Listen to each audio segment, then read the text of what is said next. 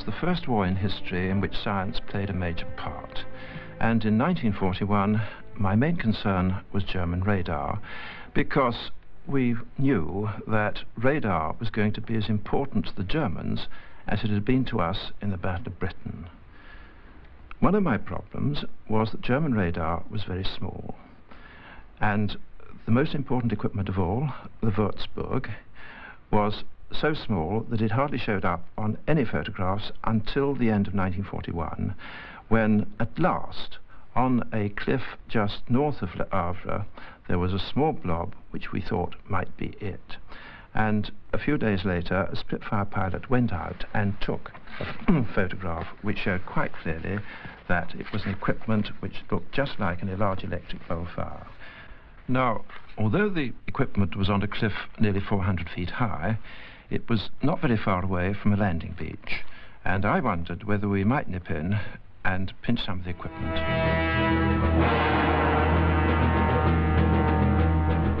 The idea was passed to Combined Operations Headquarters, whose chief, Lord Louis Mountbatten, was most enthusiastic. And the proposal was to use the new parachute troops to conduct the operation. And so their training started with great urgency and tremendous secrecy. We were told that the Prime Minister wished to find out how the training of airborne forces was going. We were to lay on a demonstration for the Prime Minister. They found for us dropping zones similar to the dropping zone we were to drop at. We did a lot of training there. We thought we were training for a demonstration for Churchill, and we thought the King was coming. Oh, we've done all sorts of various practice drops and withdrawals down to the beach, onto the assault landing craft. Without a great deal of intelligence, one could quickly appreciate the sort of project which we were being trained for. It was so obvious that something was brewing. I think I then got permission from division to tell the men. And I can remember his exact words, and when he stood up he said, "Morning men, sit easy. I can now tell you that the story that we're training for demonstration is a cover for the fact that we are to carry out an operation on a target in occupied Europe." The Bruneval Raid was carried out on the night of 28th February 1942 by men of C Company, the 2nd Parachute Battalion, under the command of, as he then was, Major John Frost. This operation is the seizure of an enemy direction locating equipment codenamed Henry. The briefing was exceptionally good. Now, Henry is located on the cliff top. It was very detailed. We had a beautiful model of the ground. We had a very large number of photographs from all angles. The lone house is this large rectangular wood. Obviously a lot had been obtained from French sources. Will be known as rectangle. I can't remember how many nights we paraded to go, and it was scrubbed. We had to get the right weather, we had to get the right tide, and the lighting had to be right. If we hadn't done it that night, that was the last opportunity for a month. Eventually we took off, in Whitleys. Our force will consist of 120 men, 12 aircraft in 10-men sticks. The drop zone will be here, with an RV at the corner of this wood. Go, go, go! They dropped us at a low height. I think it was only 250 feet. And you know, as soon as out, and you were on the deck.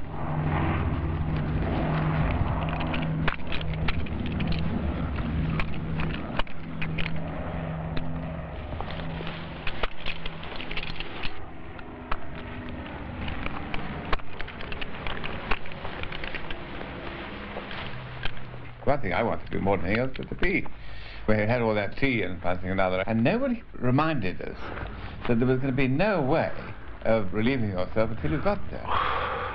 Anyhow, having done that, I noticed most of the other chaps were doing the same thing. It was a very bad drill, because you're meant to get straight off to the edge of the dropping zone and rendezvous. Well, we were so well trained, we were so well briefed, that I knew exactly where I was, terrain-wise. The containers, they had like a crushable bottom, and as they hit the deck, a light came on, and we had to form up on that light. out. These didn't carry guns, they're not in the plane, they were in a container.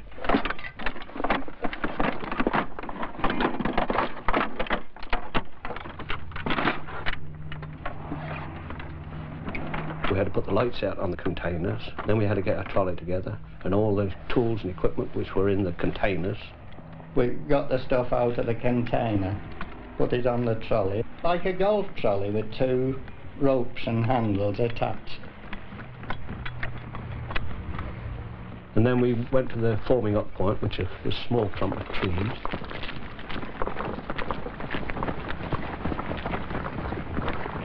We found that of my particular party of 40, just under 20 were missing. That's it, sir. No more left. But I'm 20 men short. Who is it? Charters. How? Who had been dropped in the wrong place. And it was some, I would imagine, 2 or 3 miles south of proper dropping zone. Christ. Right. I think we've been dropped short. We're going to have to go at the double. We'll not wait for any stragglers. Tell the blokes. So when he found that he was a long way from the scene of the action, he was an indomitable man, and he then set off at a steady jog trot. We thought that they might be not too far away, that they might turn up fairly soon. And so we determined just to go ahead with the plan. Hardy Party. I will command Hardy Party, and Sergeant Major, you'll be with me. Our task is to clear Lone House. This is a large house in which up to 20 enemy signallers are billeted. On the sound of 4 whistle blasts, we will force our way into the house.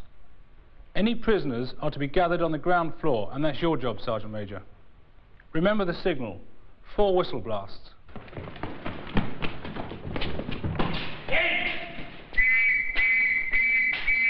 Well, we went in through the front door, and there was nothing much doing, but there's one chappie upstairs, and he's firing at the party at the radio station where, you know, disposed of.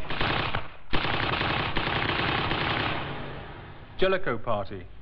Now this is Henry. Peter, your task is to clear the enemy positions around Henry.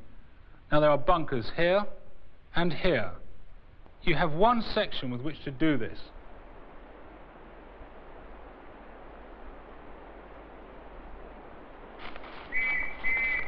We broke into a double then. Our party had Stens, Addy, Mackenzie, and I remember him firing from shore with...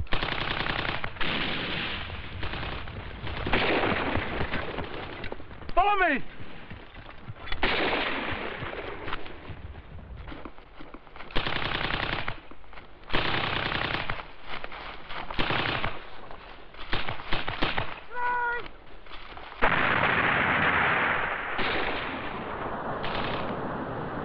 Said Henry's clear, sir.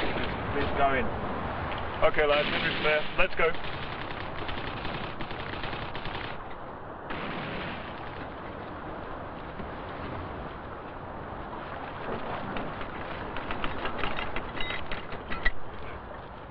The whole thing was out in the open. There was a little cabin where the man sat in, but inside there was only room for him and the display. The rest of the gubbins was in the container at the back.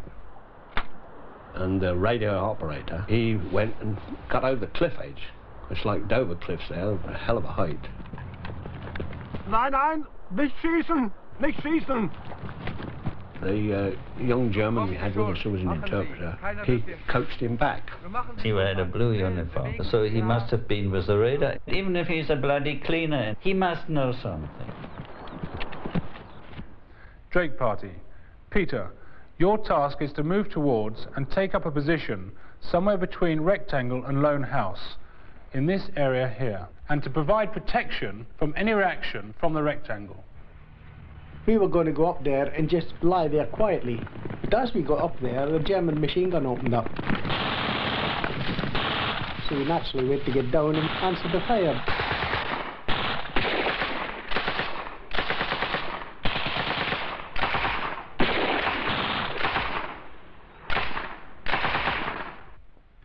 Rodney Party.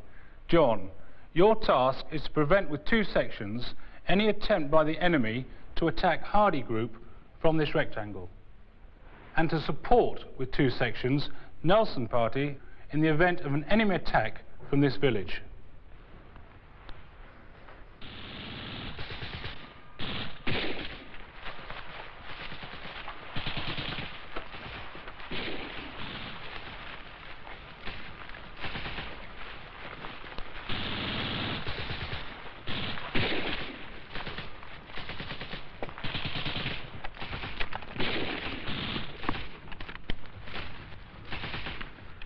There's a road, look. I got mark of fire from officer, Mr. Timothy. He told me to keep ranging the gun. That was the road that the reinforcements would come up. From the direction the crossroads, cut the cavalry, they call it. Anything comes on that road, hit it. We just got started, and Jerry put up a white flare.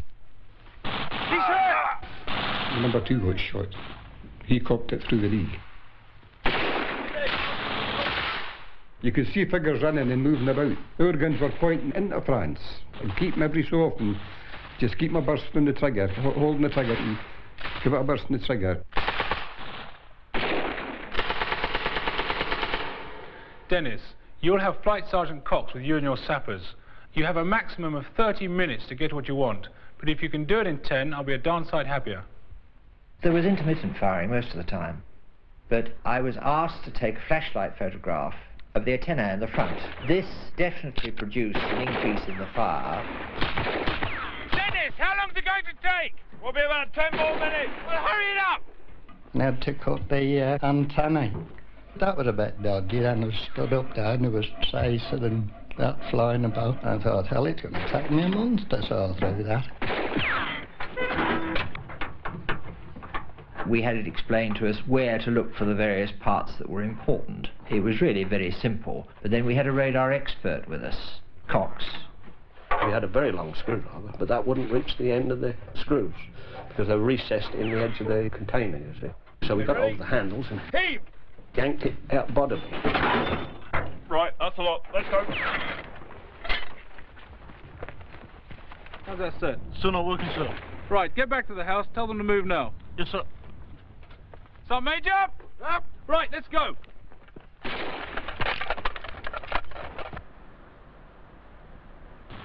We came down the slope to the gully where the Bruneval Valley was laying in. It was a hell of a job to keep your own footing the way down. We came down to come to the beach and we got held up by machine gun fire from the strong point at the bottom. Don't come down! The beach isn't clear yet! And I think Sergeant Major Strachan got 2 in the stomach at that point. Don't move. Okay, you're going to be all right. Look, I'm going to give you a shot, then we get you down to the beach. Nelson Party. John, your party will be divided into 3 light sections and a heavy section. 1 light section will deal with the redoubt. Ewan, the other 2 light sections will deal with beach fort and with guard room. John, your heavy section will clear a path through these defences and through the minefields to the water, and you will hold that beach at all costs. We found that of my particular party of 40, 20 were missing. That was charters who had been dropped in the wrong place. Tusker. The remaining section of Charters platoon had a special job to capture the pillbox at the top of the cliff. My section. We sent that section off under Sergeant Tasker. My section, follow me. But of course we lost contact with him once he'd gone.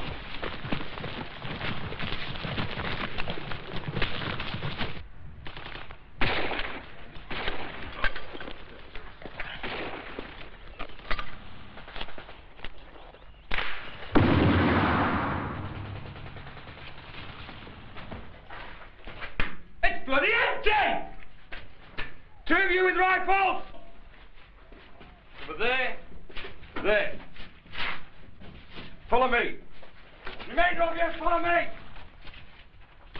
We had a sort of half hope that the beach might not be occupied.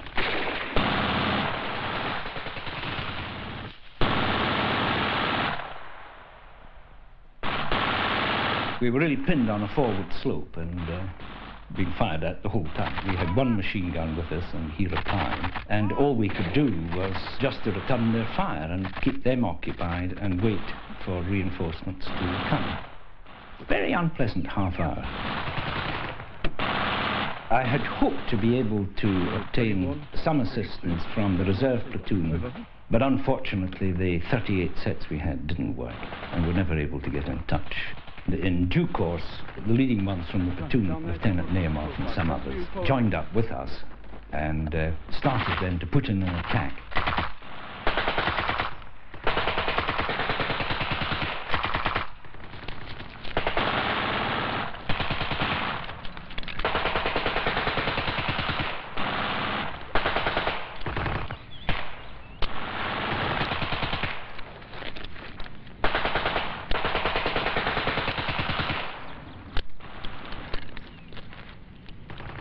At the same time, Charters and his troops arrived on the other flank. Cover fee, you bastard! Cover fee, you bastard! It really wasn't surprising that they ran off. I've never seen such savages, and they were absolutely fabulous. Grenade! They could hear these hand grenades going into these trenches, and then they took 2 prisoners. Get them out! Grenade!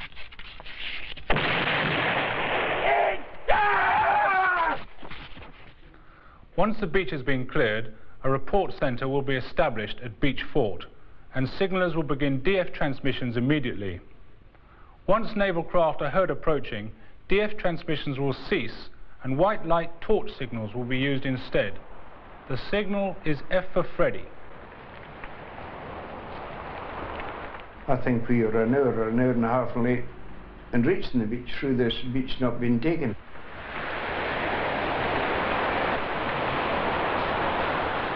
And it turns out they couldn't even contact the bloody boats that were supposed to take us away again. Hello, Father, this is Freddy 1. We had no communication from the Navy at all, not their fault. It was simply that our wireless set was picking up nothing. We had the direction set working, but whether the Navy was receiving it or not, we didn't know. The last and final signal were very light, fired north and south. Those were the very last resort, and still there was no sign of the Navy. Peter! Captain Ross! Lieutenant Young! I was rather miserably going back up the nearby slope to try and get people to put in position. We need all bring gunners back up the top. John, you get some men up there along that edge. Peter, back up to that point. And Peter, you cover the approach. So that if the Germans did come down doing a sort of counterattack on us, we at least could make some sort of a fight of it.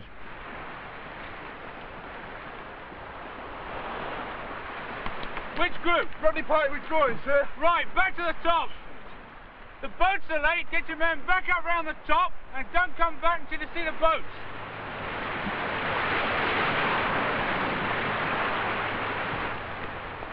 I think everybody were getting anxious because we could hear armour coming up from one of the villages. We're right. Absolute rubbish. Absolute nonsense. Who ever had an armoured column moving with headlights on?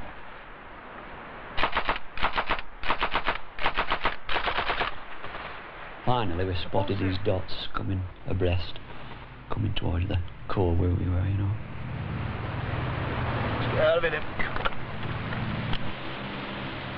Unbeknownst to us, there have been some German E-boats just passing by further out, you see, and of course our Navy lads didn't come in until the Germans got clear.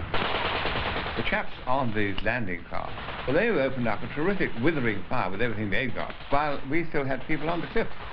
Because this added very considerably to all the confusion.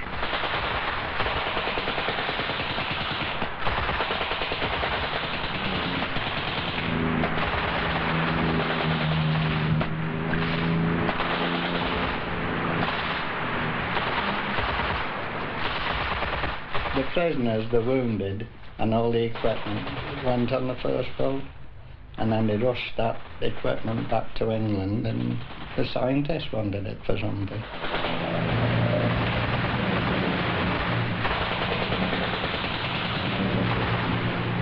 They all came in together. That was a pretty good shambles. We had drilled very carefully to go in on a properly organised time basis, but as it was, we all had to make a scramble.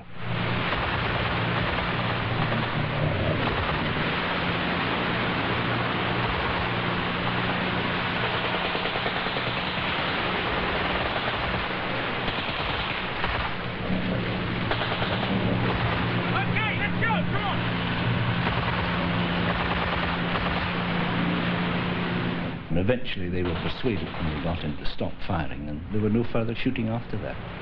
It was finished.